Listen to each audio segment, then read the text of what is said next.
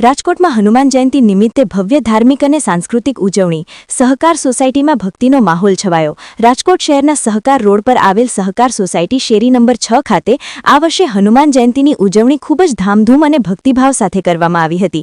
જય વીર હનુમાનજી યુવા ગ્રુપ દ્વારા આયોજિત આ કાર્યક્રમમાં શેરીના રહેવાસીઓ, યુવાનો, બાળકો અને ભક્તજનો મોટી સંખ્યામાં જોડાયા હતા।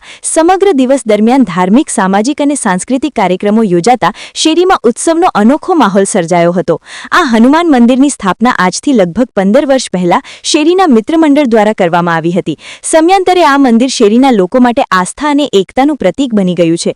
હાલમાં અહીં આશરે 50 જેટલા યુવાનોનું સક્રિય ગ્રુપ કાર્યરત છે, જે વર્ષભર વિવિધ સામાજિક અને ધાર્મિક પ્રવૃત્તિઓમાં ભાગ લે છે અને ખાસ કરીને હનુમાન જયંતિ જેવા પર્વોને ભવ્ય રીતે ઉજવે છે।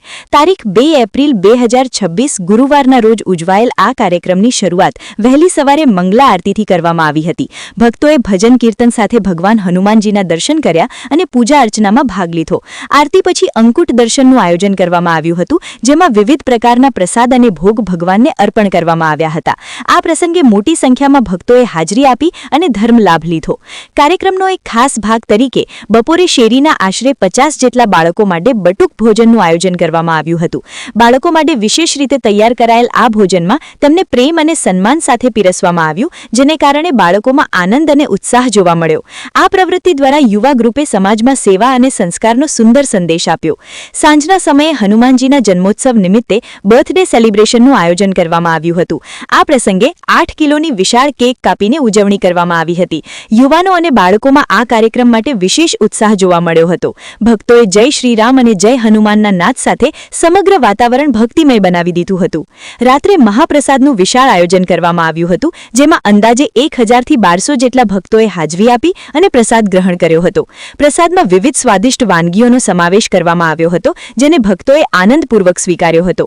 આયોજનની વ્યવસ્થા ખૂબ જ સુવ્યવસ્થિત રીતે કરવામાં આવી હતી, જેથી કોઈ પણ ભક્તને અસુવિધા ન થાય।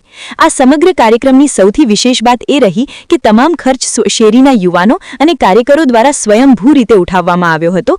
કોઈ પણ પ્રકારની ફંડફાળાની વ્યવસ્થા રાખવામાં ન આવી હતી, છતાં પણ આયોજન ખૂબ જ ભવ્ય અને સફળ રહ્યું। આથી યુવાનોની એકતા, સેવા ભાવના અને સમાજ પ્રત્યેની લાગણી સ્પષ્ટપણે જોવા મળી હતી।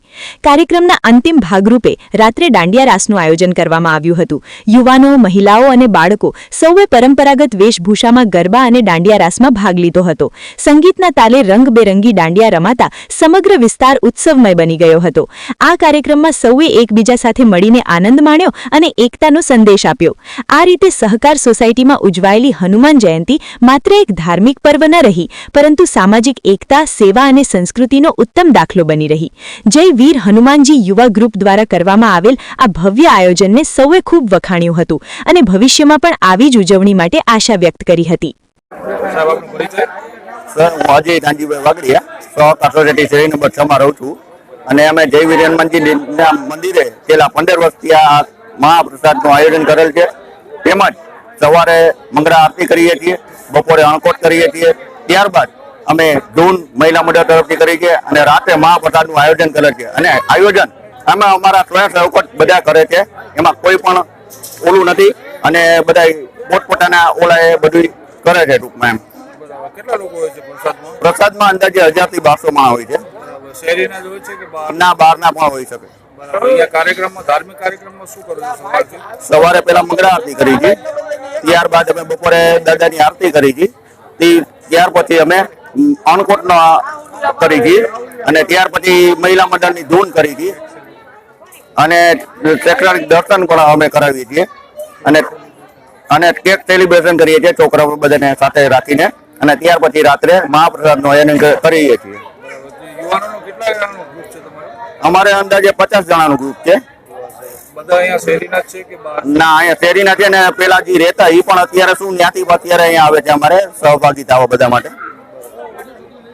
સાથે બાળકો પણ તમને મદદ કરે છે? હા, બાળકો અને બૈરાઓ પણ મદદ કરે છે, લેડીઝ પણ મદદ કરે છે।